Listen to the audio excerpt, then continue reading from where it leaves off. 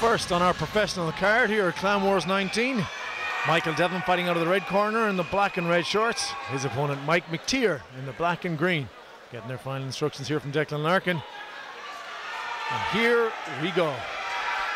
Devlin stepped up to lightweight for this one. You can tell a difference in the size of the guys, but skill's the main equaliser, and we know Devlin has that.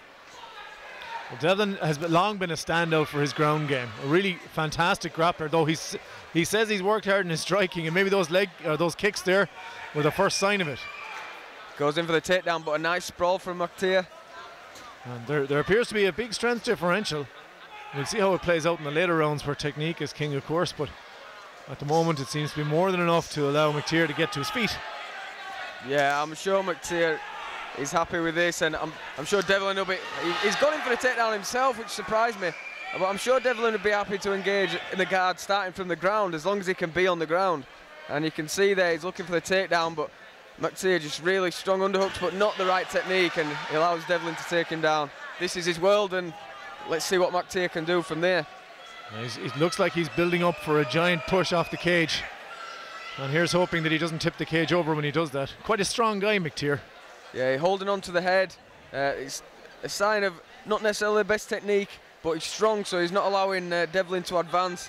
But if he really wants to escape, he's got to give up the head and obviously work his arms back in and try and escape from there. He did tell me pre-fight he'd been working a lot on his ground, and it was coming on, but he admits it's not his strong point and that he likes to be on his feet, looking to pick the shots there. He predicted a one-shot KO, and it's his birthday. So you feel like maybe he deserves a present like that? Yeah, maybe.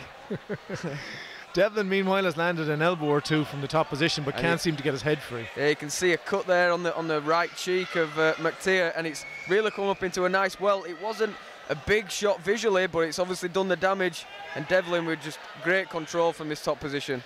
Yeah, as there was someone like Michael Devlin who's had he was actually trying for a head and arm choke, I think, possibly there, but got caught up in McTeer's guard.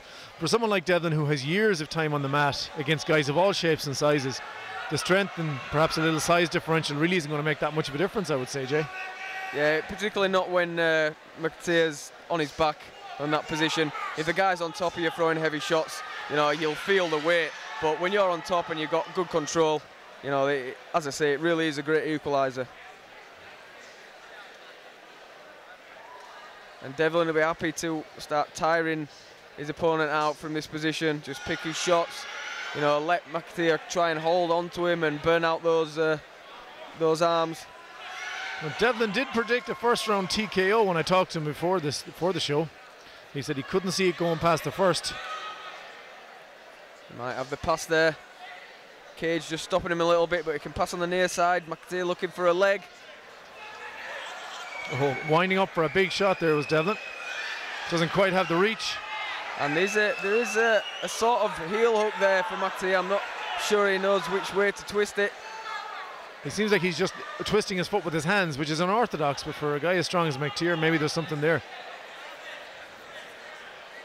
Yeah, and again, if Devlin could just turn out, step his right leg over, he'll be able to free that leg, turn out to the back, just follow that right knee, and there he goes, right on cue.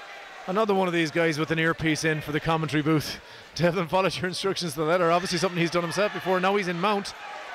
And this is the kind of position he needs to be in if he wants to fulfill that first round TKO prophecy. Yeah. And he's going for it now. Heavy shots, he wants that finish. And it might come because McTeer is not offering much off his back. And he's not moving his hips. His legs are coming up, usually a sign of no escapes. Heavy shots from Devlin. And the referee's looking at it closely. That's it, he stopped it. And Michael Devlin's prophecy of a first round TKO has become reality.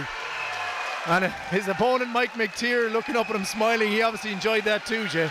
Yeah, his face, the lumps and bump on his face don't look too enjoyable, but seemed to enjoy the fight. But that's a good win for Devlin against a bigger, stronger opponent. Just showing jiu-jitsu, it works. Ladies and gentlemen, your winner by TKO in the first round, Michael Devlin. And give it up for his opponent, folks, Mike McTeer.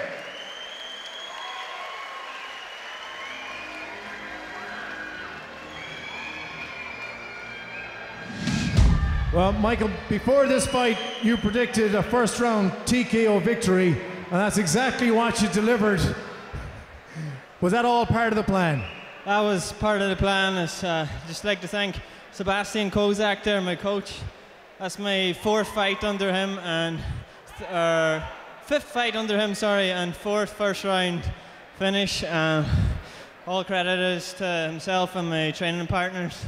And I'd like to thank everybody that came to support me.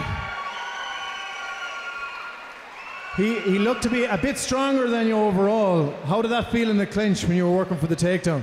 Yeah, I did notice the strength difference there. I moved up a weight, and I think that'll be the last time I'll be fighting at 70. I woke up this morning at just under 68 kilos, so featherweight, I think. And I don't know if you're aware of this, but it was Mike McTeer's birthday today. Is that the present you like to give everybody? Yeah, Decky there, the referee, just after telling me, and I feel bad now. Ladies and gentlemen, give it up for tremendous fighter Michael Devlin.